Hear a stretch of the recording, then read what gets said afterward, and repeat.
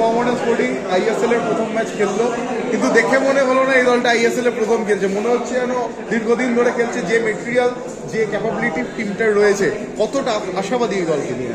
আমি আগেই বলেছি কি আমরা একটা প্রসেস নিয়ে ফলো করছি। আপনাকে লাগতে লাগে ফার্স্ট টাইম আইএসএল খেলছি, কিন্তু টিম বিল্ডিং প্রসেসের লাস্ট 3 বছর থেকে চলছে।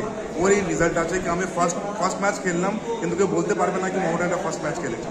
আমাদের একটু শর্ট কামিং ছিল, প্রিসিজন আমাদের অনেক ছোটো ছিল, সেজন্য একটু টিমের সেই যে ফ্লোটা আমরা চাইছিলাম তা আসলে না, কিন্তু আমি অ্যাবসলিউটলি ভালো খেলেছে আর আমরা কমপ্লিটলি স্যাটিসফাইড।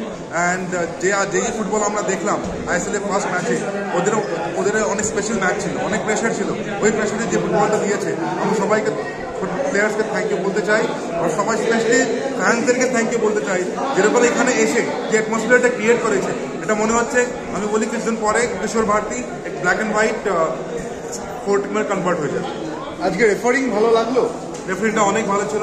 ডিসিশন আমি বলতে চাই একটু কথা ভালো, পারফেক্ট রেফারিং হয়েছে। কোনো রেফারিং আমরা কোনো সন্দেহ নেই।